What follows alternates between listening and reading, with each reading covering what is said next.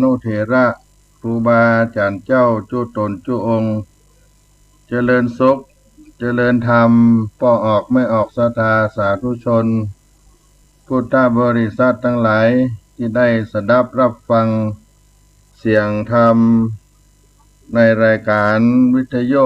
คลื่น FM 104.50 เมกะเฮิรตซ์ทุกท่านทุกคนวันนี้เป็นตกตาของเสียงธรรมพระธรรมจาริกท่านพระครูปัญญาสังฆการหรือท่านพระครูพรหมินทร์ผู้ช่วยเจ้าอาวาสวัดสลีโสดาพระอารามหลวงได้มาดำเนินรายการพบปะกับก็ออกไม่ออกศรัทธาสาธุชนในนวดข้ามยามแรงในวันนี้ช่วงนี้อากาศบนตีนดอยสุเทพเจ้านี่ฮ้อนอบอ้าวญาติโยมอากาศฮ้อนอบอ้าวอยู่ทางใดก็ฮ้อน ฝนฟ้าก็หายไปแต่คืนเหมือนดูตกมากำน้อยหนึ่งช่วงกลางวันนี่ฮ้อนไปมากก็อันเป็นสิ่งที่เคารพบูชามาปั่นมาฝากให้กับศรัทธาญาติโยมได้ไหว้พระนบธรรมเมื่อค่ำเมื่อแรงเป็นสิริมงคลตลอดวันก็ได้รับธรรมะจากครูบาอาจารย์พระเถระนักปราชญ์บัณฑิตเป็นฆราวาสญาติโยมได้นำเสนอท่านผู้ฟังศรัทธาพี่น้องที่สนใจมักใฝ่ในธรรมได้รับธรรมะมาตลอดวันเมื่อเย็นเมื่อค่ำเสียงธรรมพระธรรมจาริกก็จะได้นำเอาพระธรรมเทศนามาปั่นมาฝากสืบเนื่องจากข้าวก่อนได้เอาอานิสงส์ปุจจาพังปฏิตปุจจาปทีปตีนกามาเทศนาให้วันนี้จะเอาเรื่องของมูลละตีนกาอันเป็นธรรมเทศนาเปื้อนบ้านล้านนาปรรณนาโวหารเป็นภาษาเมืองเหนือล้านนาที่ป้อนานอินสมใจชมพูป้อนานมหาอินสมชัยชมพูปรริยนธรรม6ประโยคนักธรรมเอกเปิ้นได้พิมพ์ได้ก้อนไกด์เอาไว้ก็จะได้นำเอามาเทศนาในเมื่อค่ำเมื่อแรงวันนี้ก่อนที่จะได้รับฟังธรรมะก็จะมีภาษิตล้านนาไทยสุภาษิตมาฝากมาปันพี่น้องท่านสาธุชนท่านผู้ฟังในวันนี้ได้นำบทที่ว่าคนเฮาเมื่อฮักน้ำส้มว่าหวานใจบ่ใจบานน้ำตาลว่าส้มคนเฮาเมื่อฮักน้ำส้มว่าหวานใจบ่ใจบานน้ำตาลว่าส้มคนเราตอนรักกันขนาดน้ำส้มยังว่าหวานพอจิตใจไม่เบิกบานไม่ยินดีเข้าในจิตในใจแม้แต่น้ำตาลก็ยังว่าเปรี้ยวน้ำตาลก็ยังว่าส้มความหมายนั้นฮักกันอย่างก็ดูดีไปหมดขนาดน้ำส้มยังว่ามีรสหวานถ้าหากได้มายินดี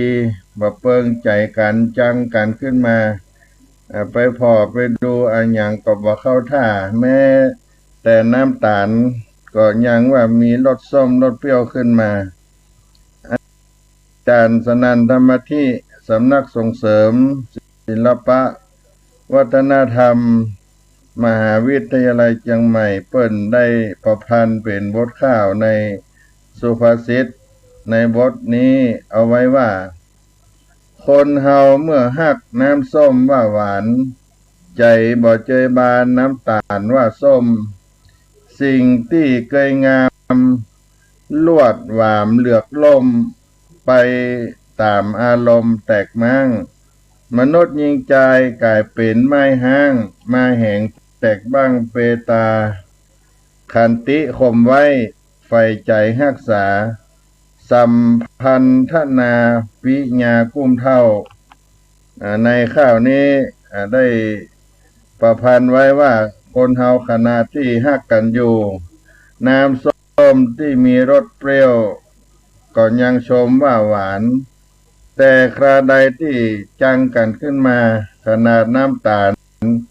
ที่เฮาว่าหวานแล้วก็ยังบอกว่าส้มมีรสเปรี้ยวขึ้นมาสิ่งที่เคยงดงามพลอยพินาศมาลายหายไปเพราะปล่อยจิตใจให้เป็นทาสของอารมณ์จนเกิดการแตกแยกมนุษย์ยิงใจเลยต้องกลายเป็นไม้เป็นห้างลาล้างแล้วฉานกันในที่สุดดังที่ดีก็ควรใจขันติธรรมข่มเอาไว้พร้อมใฝ่ใจรักษาสัมพันธภาพให้ยืนยาวจะได้ฮักกันไปตราบถึงแก่เท่าคนเฮาเมื่อฮักน้ำส้มว่าหวานใจบ่เจบานน้ำตาลว่าส้มสุภาษิตล้านนาเอามาปันมาฝาก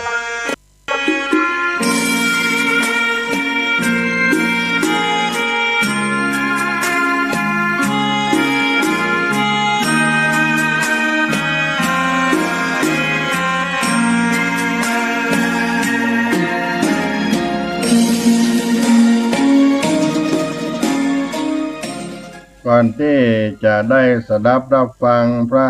รัสธรรมเทศนาเชิญชวนมวลพี่น้องเจ้าข้าท่านทั้งหลายได้สดับรับฟังพระธรรมเทศนานั้นก็จะได้ไหว้พระนบธรรมเป็นการปูจาสักการะในพระรัตนตรัยก่อนนออะระหังสัมมาสัมพุทโธภควาพุทธังภวันตังอภิวาเทมิสวาคาโตภควตาธัมโมธัมมังนามัสสามิสุปฏิปันโนภควโตสาวกสังโฆสังฆังนะมามินะโมตัสสะภะคะวะโตอะระหะโตสัมมาสัมพุทธัสสะนะโมตัสสะภะคะวะโตอะระหะโตสัมมาสัมพุทธัสสะนะโมตัสสะภะคะวะโตอะระหะโตสัมมาสัมพุทธัสสะ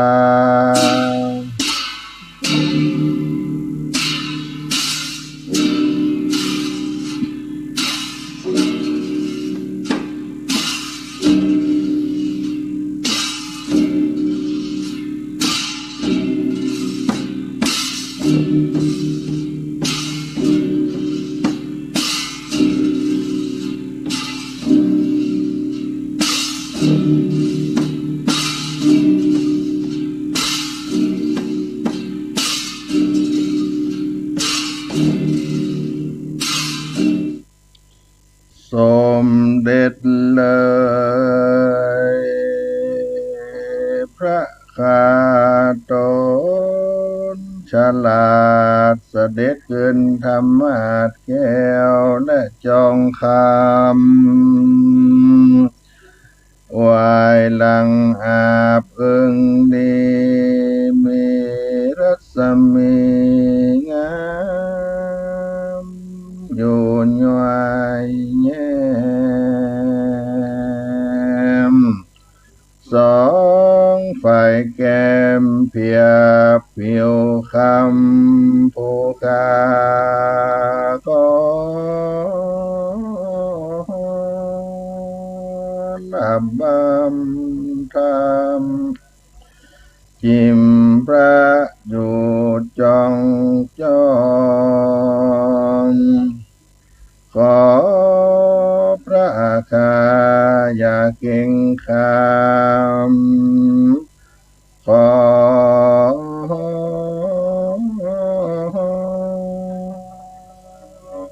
เทศนาธรรมเทศปองรู้แจ้งเจตใจจงตาวันโลต่ำค่ำไปแล้วพระสุริยะมาลับเลี่ยมเขาแก้วยอดยุกันทอนวลาสาธาก็มากำดอกไม้ย่อพนมก็ไกลเกล้าอาราธนาสวาธุเจ้าเทศนาธรรมอนุกัมปิมังปะจังอาราธนังกโรมา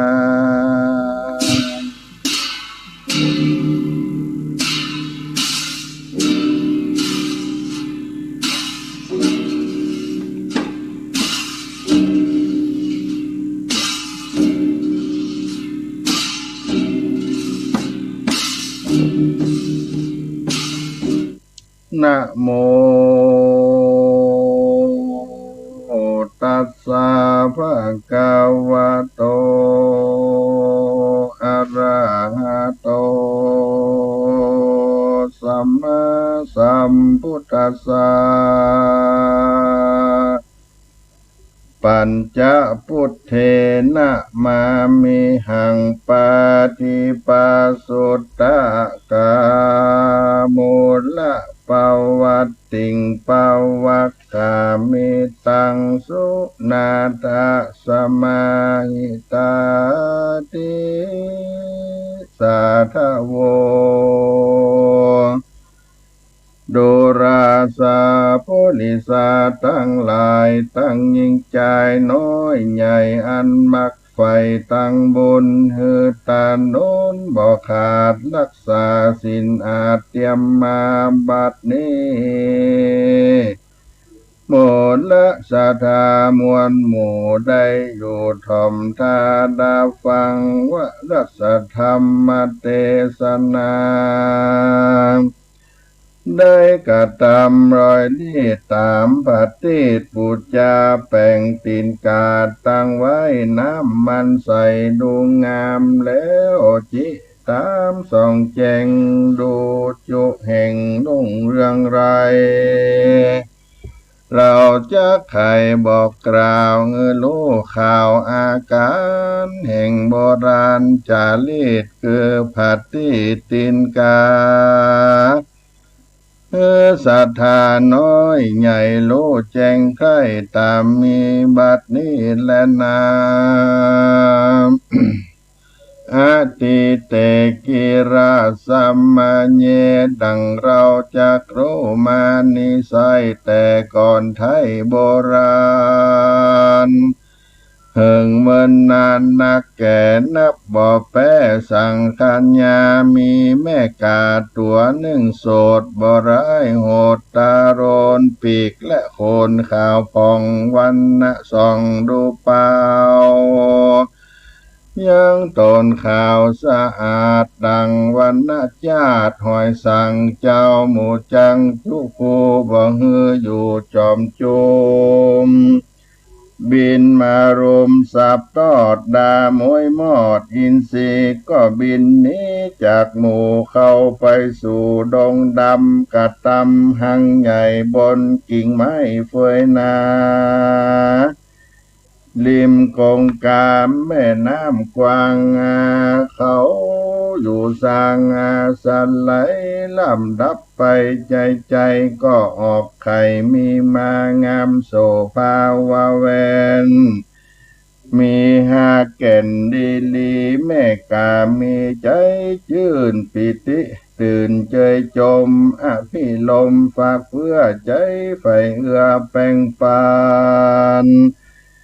ถึงยามวันมารอดก็ออกสอดแสวงหายังพาลาลูกไม้ที่จิ้มไก่หางตนแล้วรีบหนขึ้นสู่ยังที่อยู่หังนอนเหตุอาวรณ์บ่แล้วฮักไข่แก้วเสมอใจกว่ามารภัยป่าไม้คือนกเสียวใหญ่งูลายจักมากายสอดเสียวลักไข่แก้วไกลกาอดรักษาอวบเฝ้ายังไข่เจ้าดวงดีจับลังตีนันไส้อวบฟักใดหลายวันแม่นใจพันไข่อยากยังหมู่หมากอัมปาก็อดสาเงินไว้เพื่อฮือไข่สดสดีบ่บินนี้เจียนจากบ่ลาภาคเสียหังก็มีหันและนามอาเทกาติวาสังยังมีในวันหนึ่งใส่แม่กาใหญ่จังคานกันอาหารลูกไม้นับอันใดหลายวันก็พายพันกาพรากบินออกจากรังตนบินเววนเสาะสอดตามหมู่ยอดลูกคาจุมพาลามวลหมู่อันมีอยู่เลือลายก็หล่นหายก้อยกาดมดยังขาดแดนดินหาสั่งกินบ่ได้ต้องเอาไม้เรือใจก็บินไปติดต่อตามหมู่เจ้าเฟยบังบ่มีสั่งสักสิ่งต้องไม่ยิ่งเรือลายก็พันภายบินกว่าเข้าสู่ป่าดงไพรลำดับไปจะใจลวดละห่างไว้ไก่ทรงย้อนใจจงขอยากยังหมู่หมากอัมปายะตาและมียามใดดังอันตาในกาละยามนั้นใสก็เกิดลมใหญ่กวิดเกี่ยวปัดปิดเลียวต้นไม้ล้มขาดควายดงดานพดมาปานปัดใส่ยังต้นไม้ลังกาลำลูกขาต้นใหญ่ก็ล้มควายตัวลมตกลงท้องแม่น้ำทำน้ำถีบซ้ำปลาไหลไข่ฟองใส่หาแก่นตกต้องแผ่นวางทานน้ำปลาปานลอยล่องไปหลอดต้องเด่นไกลก็มีหันและน้ำอ่านว่าแม่กาหลวงตัวใหญ่นั่นปลาลูกไม้นานในดงนาเถื่อนทองกินอิ่มต้องเลี้ยวปานก็บินผ่านรีบหาวมาสู่ดาววงหังบ่อหานมาสู่ดาวลวงหังบ่อหันสั่งสากากต้นไม้มากดวงลายอันตั้งยายฝั่งข้างแห่งแม่น้ำกวางกงกาเมนำนาน้อยใหญ่ล้มกองควายเปปังพอหาหังไข่แก้วก็กาดแก้วให้โหนเหตุลมโจรปัดว่าตกต้องตัดกงกาอกแม่กาเอาไม้ดังเอาไตไฟโลน บินเวียนวนลืมเล่าตัดที่เก่าหลายเตแล้วก็เบนนี้เสาะใส่ตัวยน้ำใหญ่สะกอนหันยังขอนยอดไม้อันน้ำใหญ่ปลาลอยก็ลงกอยสอซอกทุกสลอกวังใส่ตังตีไกและตีไกเสาะเสียงค่อยวังวนตามริมฝั่งน้ำบ่อยอบย่างแสวงหาไหลข้าวคาก็แล้วบ่หันไข่แก้วแดนใดทุกถนัดใจบ่เหือดร้อนไม่เดือดเลลนบินเววนบ่จอดลวดหิวหอดโดยแรงบ่บินบ่แข็งปีกอ่อนเสียงผ่อนสูญหายเสียงร้องผ่อนสูญหายก็สัญญบตายโมยมังตกกลางแม่กวางคงกากันเมื่อลานาก้อยกาดชีวิตขาดเสียตนบุญบันดลไปเกิดในจันทร์ฟ้าเลิศมหาพรหมเสวยรมบ่ขาดในภาศาสตร์ยังคาน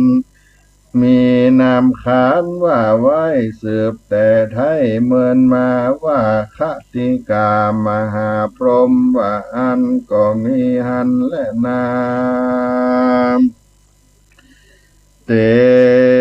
กากันดากาอันว่าไข่ห้าแก่นตกต้องแผ่นวังทานสายน้ำปานถังตอง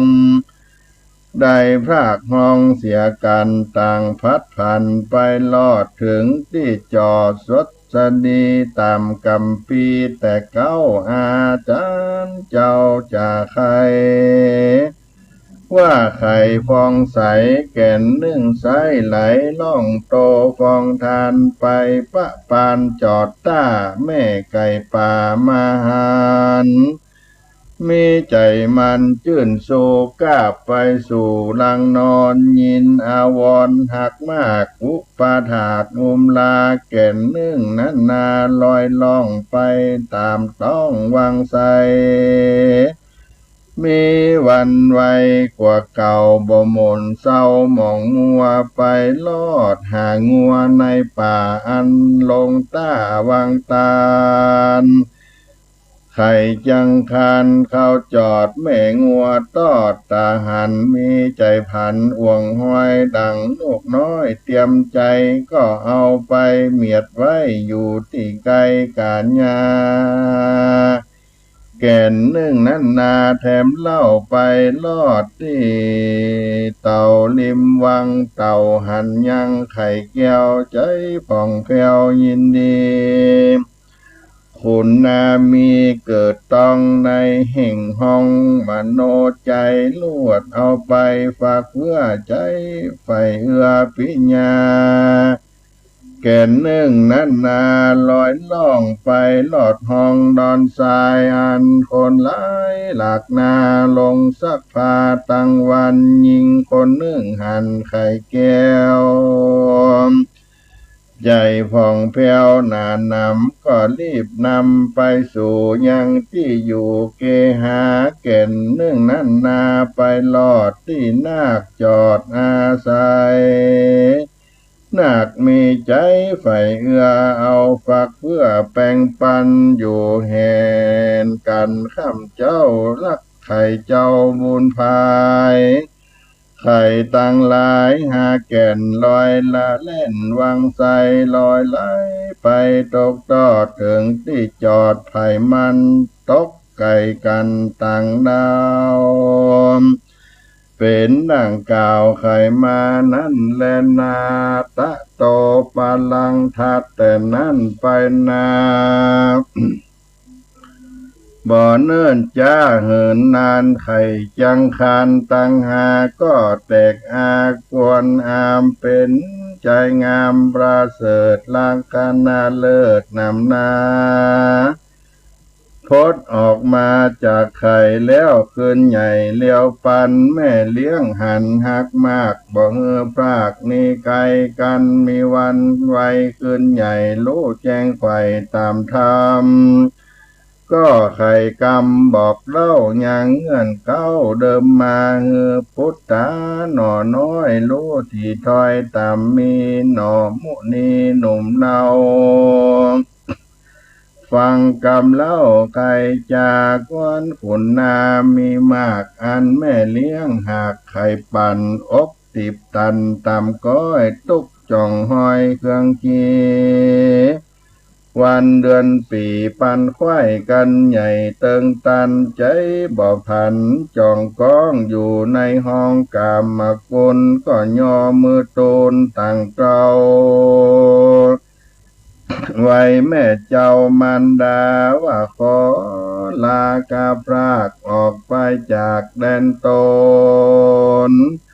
เข้าไพรสนป่ากวางอธิษฐานสร้างป่าละมีบวชเป็นละสีป่าไม้เพื่อหือใดทัดปัญญาจุมมันดาแม่เลี้ยงบ่บิดเบี่ยงเสียธรรมก็ไข่กรรมบอกเล่าว่าแม่นลูกเต่าบุญมีจักลานี้จากมองไปสู่ต้องดงดำปั้มเป่งธรรมจะใจเพื่อหือใดทารัดปัญญาแม่นินาปงขาดอนุญาตวางไฟ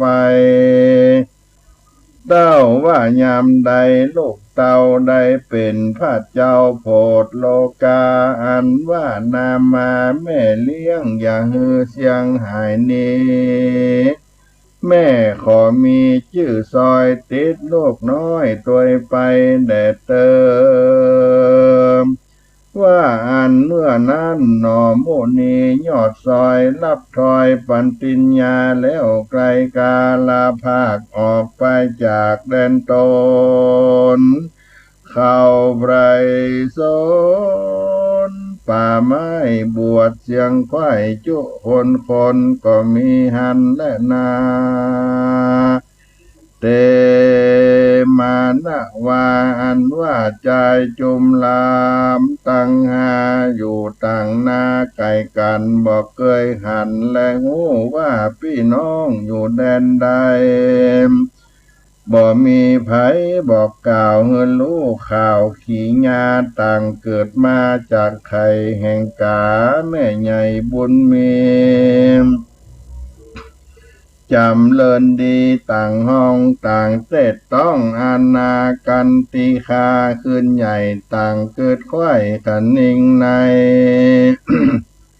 ต่างหนีไปจุโพจากที่อยู่ไผ่มันเข้าดงตันป่าเศร้าบวชเป็นเจ้าละสีอยู่ดงรีป่าไม้ความเสียงควายเสมอกันดังกล่าวมานี้แลนาอัปปารามภาเกทัดแต่นั้นไปนานเหมือนเนิ่นจ้าหลายปีเจ้าละสีจูภูอันต่างอยู่ไกลกันบ่ได้หันและหูว่าไปอยู่แดนใดต่างมีใจเกิดลอดให้เหี่ยวสอดดงนาก็หนีลาภาคออกจากไปจากอาสลมตามผาลมเจตต้องดันเถียนทองดงไพร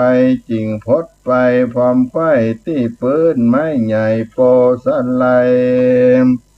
เจ้าสินใสตั้งหามาพร้อมนาจอมกันต่างอัศจรรย์หลายหลากต่างออกปากจะทำไข่กำงามตานเก่าเงือลูกข่าวไฟมันจริงรู้หันแจงส่องว่าเกิดร่วมต้องเดียวมาเป็นลูกแม่กาเผือกใหญ่อยู่ที่ไกลสากรลมพัดถอนเก่าไม้ตกลงใส่กงกาสายน้ำปลาถังตองภาคมองเสียกัน บุญมาตันส่งโยฮือได้อยู่สดสดีบุญยังมีหลายหลากบ่นี้จากตัวมาฮือเราลาพี่น้องได้ร่วมห้องกันมาบัดนี้แลนาเตอัญญมันยังสันลาเปตัวอันว่าละสีตั้งหามาพร้อมนาจอมกันตั้งไข่ปันบอกเล่าตั้งแต่เก้าเดิมมาตั้งสมนัสสาโจมเจิญปีติตื่นยินดีแล้วไขวาตีเก่าว่าจุมหมู่เราลาใดไกลกากาดแก้วจากแม่แก้วจอมควันบ่เคยหันหน้าแม่นับตั้งแต่เดิมอ่อนกาข่าวปอนแม่เจ้าเตี้ยงแก่เท่าลอยแรงบินบอกแข็งปีกอ่อนยังอยู่บ่อนแดนใดเลือ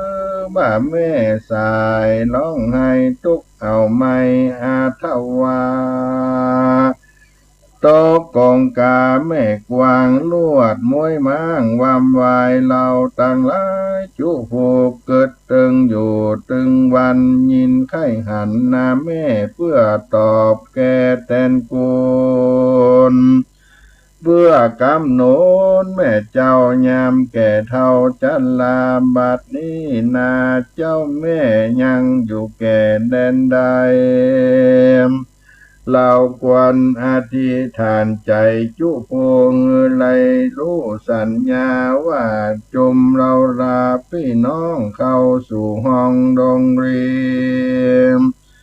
บวชเป็นราศีอยู่สร้างเพื่อไฟอ้างผาธนาเป็นพระพุทธาโพธิโลกเงือพ้นโศกภัยมารกรรมปณิธานตั้งไว้จากสมไฟมโนในปาธนาได้เป็นพระพุทธาเลิศแล้วนั่งเหนือเต้นแก้วภาพมันไฟขอใส่ใจแม่เจ้าพากดเล่าต่อหน้าบัดเดียวแดดเตอเมื่อนั้นคติกามาพรหมตนองค์อาจก็แจ้งขวาดรู้สัญญาว่าบัดนี้นาลูกเต่ามานั่งเฝ้าจอมกันยินไข้หันหน้าแม่ว่าอยู่แก่แดนใดจริงเลี้ยวไว้บอดจ้ากับเป็ดนาเป็นกามีกาญาขาวผ่องเปลววันน่างามเลิศแล้วส่องเรืองไลบินเดียวไว้รีบหาวมาสู่ดาวกองตาจับสาขากิ่งไม้ที่จิ้มไก่พระละเสหน่อมุนีพี่น้องหันแจงส่องกองตายินสังกาลายหลากจริงออกปากจะถามบัดโดนลาแม่กาตัวงามบ่เศร้าแม่นเป็นแม่เจ้าเราลาหรือว่าเป็นกาป่าไม้อยู่ไกลเรารานิจาเมื่อนั้นกาตัวงามวันนะผ่องแผ้วได้ฟังกรรมลูกแก้วจะถามก็กล่าวกรรมงามตานต่อว่าโดนลาโลกลักหนอสายตาเหล่านี้นาเป็นแม่กาแห่งลูกแต่เดิมอ่อนลูกอาวรไข่โลว่าแม่อยู่แดนใดจริงมาไว้ฮือพอได้หันต่อตาตนพรหมเมืองบนตนวิเศษอันกาเปตเป็นกาก็ไข่ขี้ยาบอกเล่าตั้งแต่เก้าเทิงปลายโดยพระดีญายทวนที่บ่มีที่สังกาตาภาษาลูกเต่า โหเรื่องเก้าจุอันก็มีหันและนาการว่ากาตัวงามผ่องแผ้วไข่ขี่ญาแล้วตามมีจมละสีพี่น้องก็ตอบตองกรรมไปว่ากันสายใจแม่เจ้าปีกปอกเต้าเมื่อบนย่อมลาต้นหมู่คางเป็นกำพร้าไปหลังบ่มีสั่งค้างไว้ลูกใดเล็งหันขอแม่ปั่น100 บาทอันสักสวดยังจีนคือหอยตีนแม่ไทยขอละไว้วางปันลูกหันจะใจลูกใดปู่จาแดดเตอะว่าอันเมื่อนั้นกาตัวขาวงามประเสริฐก็เกิดมงคลแก่ลูกตนตั้งหาตั้งคนโลกลายิ่งใจได้สืบสายแผ่กวางเป็นที่อ้างลือนั้นก่อนเนลมิตปันบอดจ้าหันต่อหน้าบัดเดียวเอาไฟไปเกวบิดวาดเป็นโลกหอยบาทตีนกามี3 ขา3 เจงตั้งบอกแกว่งคดไหลแล้วยื่นไปบอดจ้าแก่หาพระราศีไข่กำดีตานต่อว่ากันลูกน้อยหน่อใส่ใจจักปูจาไปข้ามเจ้าตามลิดเก่าเดิมมาจุ่งเอาตีนกาลงตังน้ำมันหลังตัวจอมจิไฟล้อมตั้งไว้แล้วน้อมไว้ปูจาข้านิงหายังแม่ข้านิงแล้วแผ่ภายบุญจักเป็นหนุนบุญจักหนุนลูกเต่าเตี้ยงเต้าตีคาสมผาธนาไฟห้อยบอกกาดกล้อยวิตวามกาตัวงามกล่าวแล้วจักลูกแก้วใจบานจริงจาคานต่อต้อยว่าจมลูกน้อยตั้งลายได้กฎหมายเมียดไว้ว่าขอ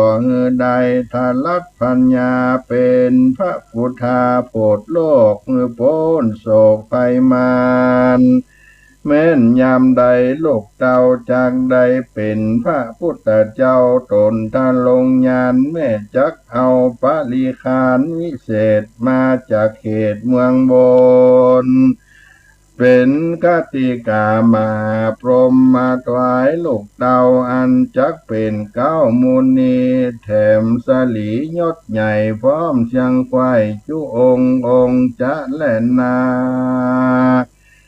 การว่าจากล่าวแล้วก็กัดแล้วถอยหนเกินไปบนไว้วาดสู่ภาศาสตร์แก้วเมืองพรหมสาเวยผ่านลมข้ามเจ้าตาหลาบต่อเต้าบัดนี้แลนาอ่านว่าละสีตังหากันแม่กากว่าขึ้นไปก็เลี้ยวไวขึ้นสู่ยังที่อยู่ไผ่มันกันถึงวันข้ามเจ้าจากนกเกลาผู้จาก็เอาตีนกาลงตังน้ำมันหลังลงรอมจิไฟจอมตังไว้แล้วนกไวอัญจุลีเป็นป่าเวณีแต่เก้ามาทาลาบต่อเต้าเราลาบัดนี้แลนามเตตาปาสาอันว่าลาสีพี่น้องตวนตังหาอยู่เถื่อนทองดงลีเมินหลายปีขวบเก่าถึงลอดเท่าจันลากันมลานากากาจีวีขาดเสียตนบุญบันดลส่งโยบ่เว้นผู้คนใด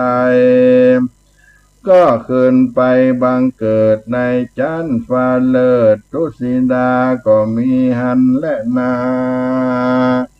อันว่าราศีพี่น้องเกิดอยู่ห้องเมืองวนลงมาวนโลกกว้างเพื่อก่อสร้างป่าละมีกันดับอินทรีย์ความนา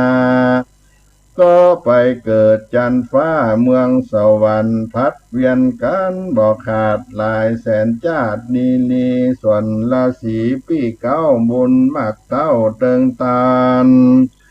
ก็ผาดผันมาเกิดเป็นพระผู้บาเสริฐยังจีถือนามดีแต่ไทยอันแม่ไก่ลุมลาปฏิญญาแต่ก่อนบ่เงอผ่อนสูญหายจริงหมายชื่อไว้ว่าพระติไวยกะโกสันทะสัพปัญโยนั่นแลนาส่วนคติกามหาพรหมตนองอาจอยู่ภาษาทเมืองบนลูวาลูกตนลูกเต่าจักได้เป็นพระเจ้าโพธิโลกาก็เสด็จมาไววาวาดเอาพาบาทปริคานยกยอดตานลูกใต้ตามบอกไว้เกินเดิมมาแล้วก็รีบลาคืนสู่ยังที่อยู่เมืองบนก็มีหันและนานทัดนั่นมาแถมเล่าละสีเจ้าทวนสองไต่ตามกองนักผาดบ่เว้นขาดป่าลำมีหลายแสนปีบ่น้อยก็กาดก้อยลงมาจากตุสิดาเตต้องลงสู่ห้องเมืองคนได้เอาตนออกบวชแล้วลวดทลัดปัญญาเป็นพระพุทธาตนพันแป้วผากฏชื่อว่าโกนากมันนะสัพปัญโยเหตุงัวจูอยู่เฝ้าเมื่อก่อนเก่าเดิมอ่อนเมื่อเป็นไข่กาแต่ไทยดังเก่าไว้หนหลังและนาคติกามมหาพรหมนูลอดกับมาตอดปาลิคานตามปฏิญาณแต่ก่อนบังเออผ่อนหายสูญก็มีหันและนาทัดนั้นมาแถมเล่าหลักสีเจ้าทวนสามป่าละมีงามพร้อมแล้วก็กาดแก้วถอยโหนจากเมืองบนจันฟ้าลงสู่นาจุมปูเป็นสัพปัญโยจื่นจ้อยชื่อยอดซอยกัสสปะท่านลงยันเธอนามขานแต่เก้าอันแม่เต่าลุมลาเป็นนามาแม่เลี้ยงบ่เงือเสียงตกโจมคติกาพรหมบนใหญ่ก็โลกไว้สัญญารีบลงมาบอดจ้าเอาบาทปาปลีคานยกยอตานลูกเต่าตามกรรมเก่าเดิมอ่อนก็มีหันและนาทัดนั้นมาบอดจ้าอันว่ากว่าแสนปีพระราศีเจ้า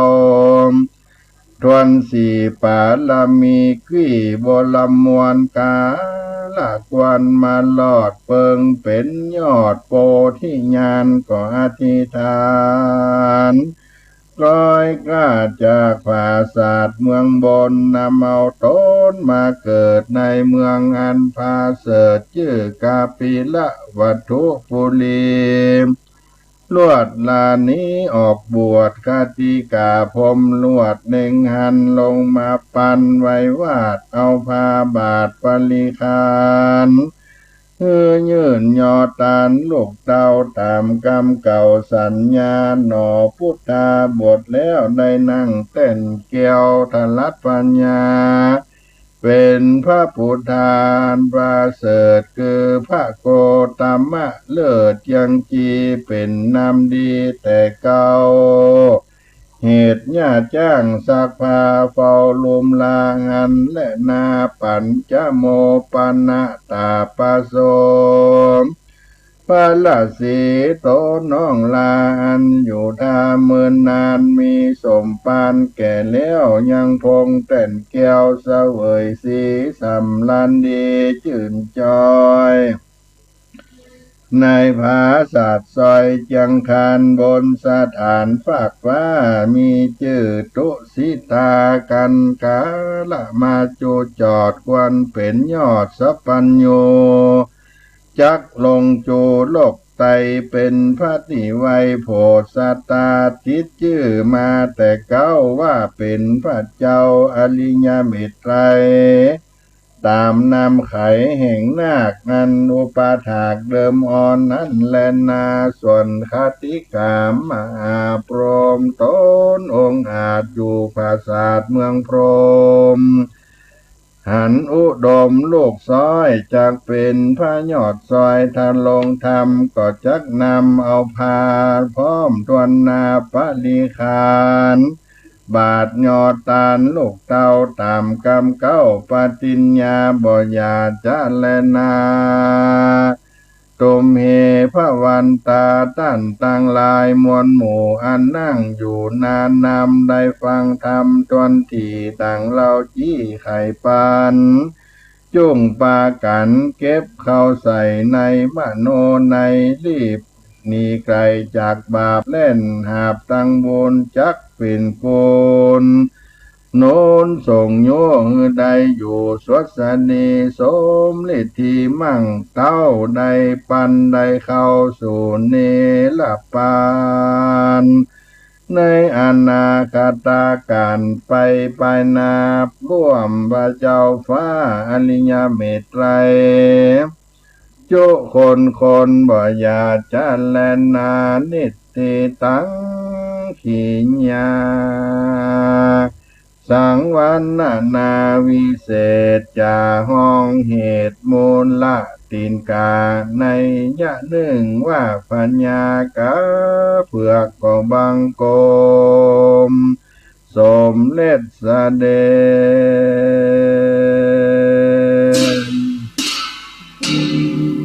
สาธุสาธุสาธุ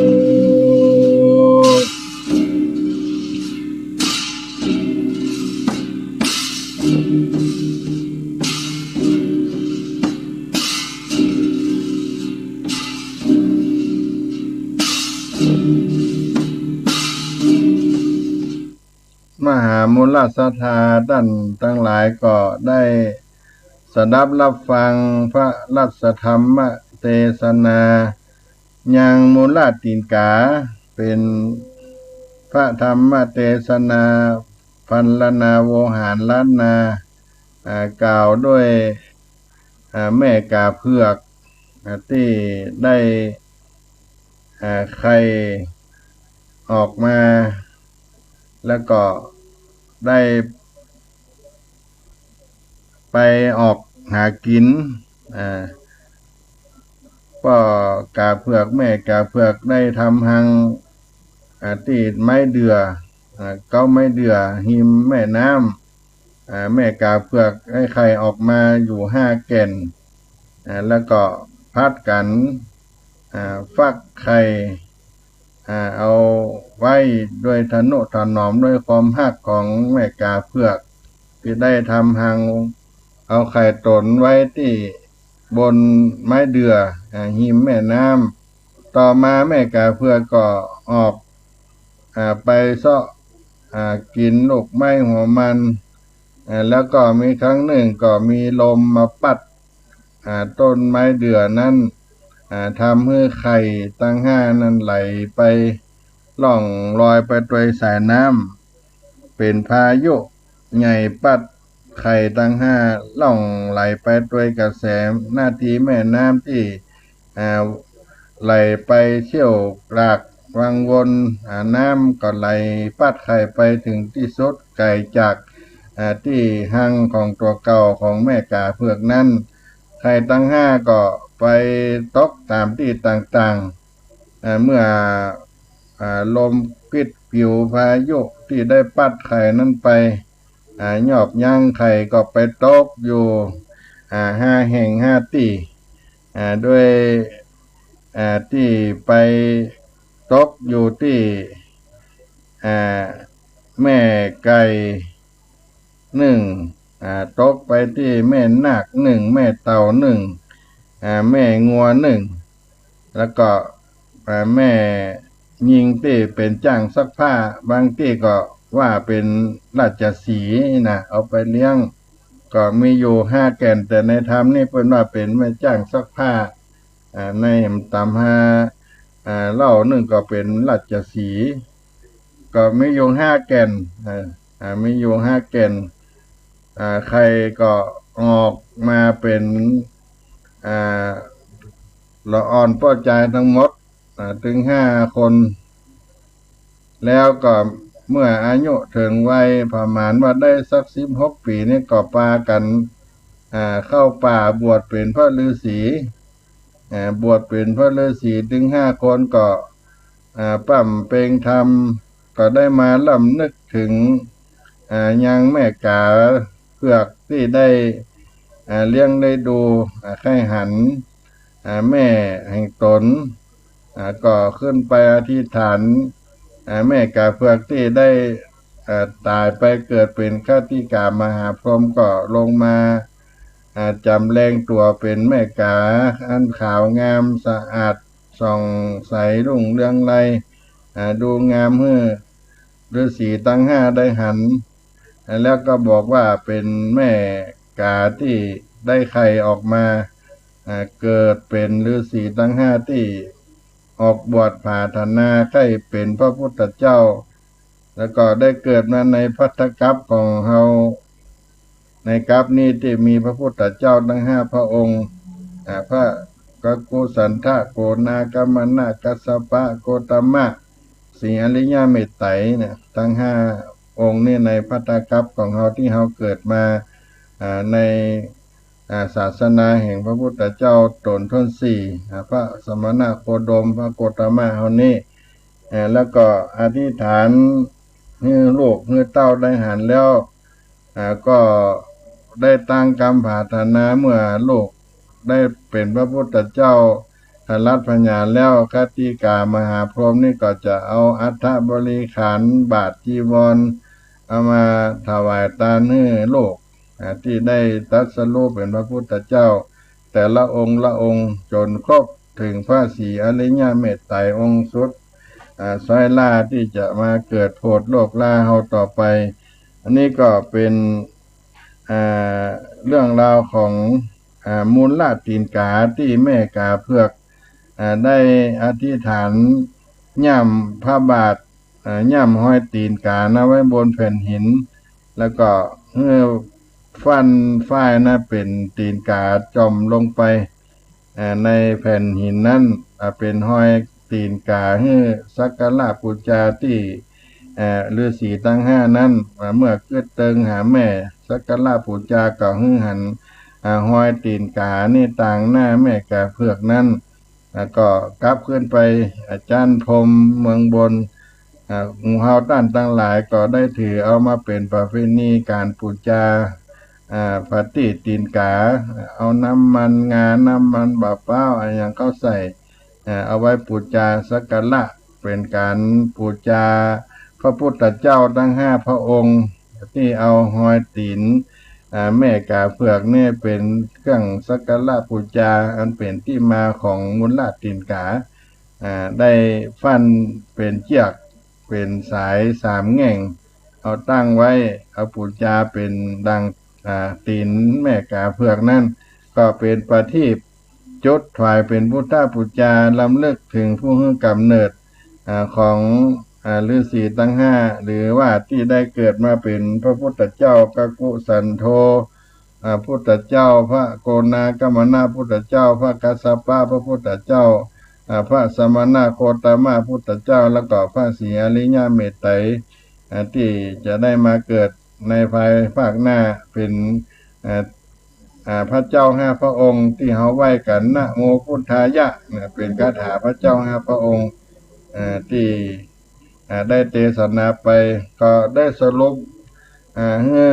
อันย่ออันแคบในท้ายรายการนี้เรื่องของมูลลาตีนกาเอามาปั่นมาฝากพ่อแม่พี่น้องศรัทธาได้ไหว้ได้สาปัญจพุทธาพระพุทธเจ้านะโมพุทธายะ เป็นบุญเป็นกุลได้ปกปักรักษาให้ญาติโยมได้อยู่เย็นเป็นสุขทุกท่านทุกคนในรายการเสียงธรรมพระธรรมจาริกวัดสนีโสดาพระอารามหลวงก็ขอล่ำลาไว้เพียงเท่านี้ก่อนก้อยปะก้อยพบกันในคราวต่อไปจัตตาโลธรรมาวะทันติอายุวันโนสุขังปะลัง